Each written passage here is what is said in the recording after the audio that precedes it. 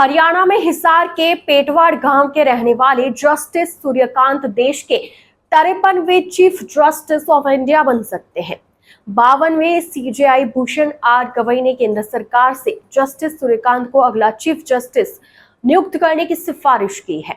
गवई का कार्यकाल 23 नवंबर को खत्म हो रहा है।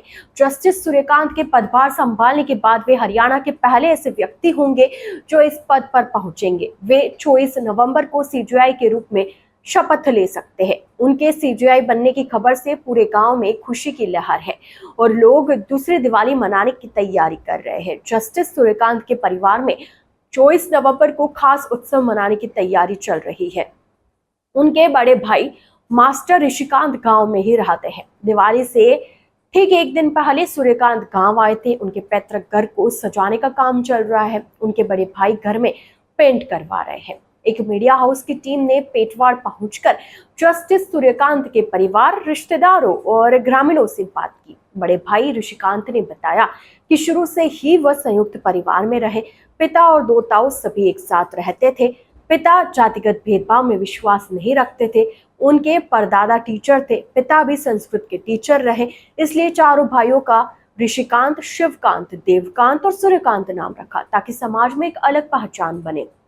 भाई ऋषिकांत ने बताया, परिवार में सब टीचर थे मगर सूर्यकांत ने सबसे अलग जाकर कानून की पढ़ाई की। उन्होंने 10वीं तक की पढ़ाई गांव के सरकारी स्कूल से और ग्रेजुएशन हिसार के सरकारी स्कूल से पूरी की। भाई ने बताया कि वह गांव के स्कूल में जमीन पर बैठकर पढ़ते थे। शुरू से ही वह बोलने में तेज थे और हाजिर जवाब देते थे।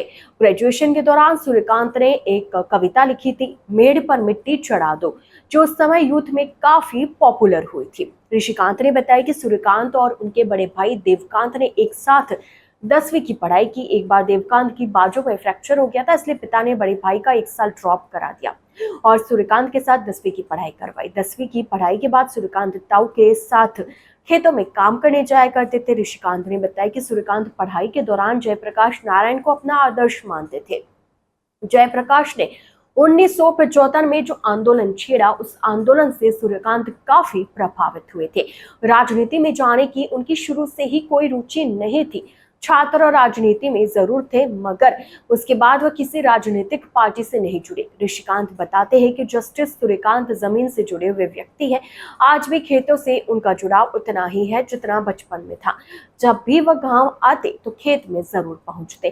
खेत में बने तालाब के किनारे सुकून महसूस करते। दीपावली से एक दिन पहले गांव में पहुंचकर सभी को दीपावली की राम राम भी की थी।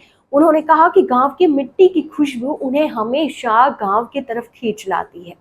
वह गांव में पहुंचकर बचपन की यादें ताजा कर चले जाते। अब की बार वह गांव में पहुंचे तो सीधे पुराने घर आए जहां उनका जन्म हुआ था। उसी कमरे में उन्होंने अपना स्टडी रूम बनाए थे। काफी देर तक उस कमरे को देखते रहे और पुरानी चारपाई पर बैठ गए। बड़े भाई ने बताया कि जस्टिस सूर्यकांत की पत्नी सविता सूर्यकांत है और वह कॉलेज में प्रिंसिपल के पद से रिटायर हुई है। वह इंग्लिश की प्रोफेसर रही है। वह प्रमोशन के बाद कॉलेज प्रिंसिपल रिटायर्ड हुई।